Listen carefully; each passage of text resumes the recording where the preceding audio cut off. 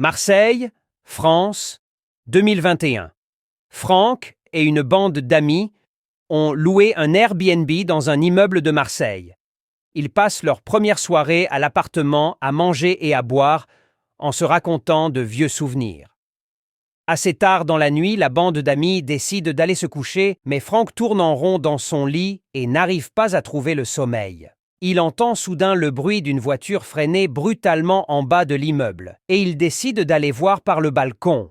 Il voit 5 jeunes s'entasser dans un corbillard noir duquel sort de la musique forte. Le conducteur baisse sa fenêtre et laisse apparaître un visage gris et effrayant sur lequel repose une casquette de chauffeur. Il regarde Franck et lui dit « Il reste une place ».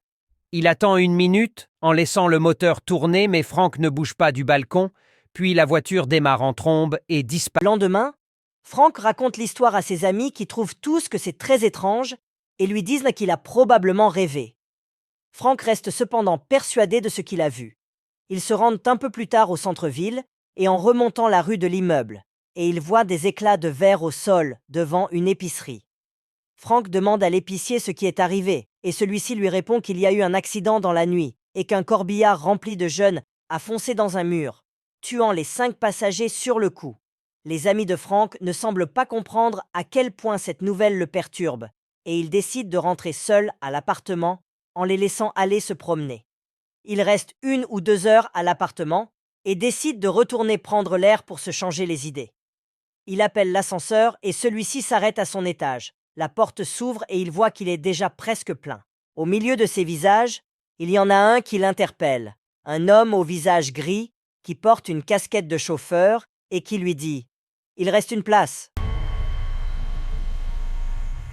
Franck reste tétanisé sur le palier et la porte de l'ascenseur se referme avant de reprendre sa descente. Il entend soudain des cris, puis un énorme bruit qui provient d'en bas.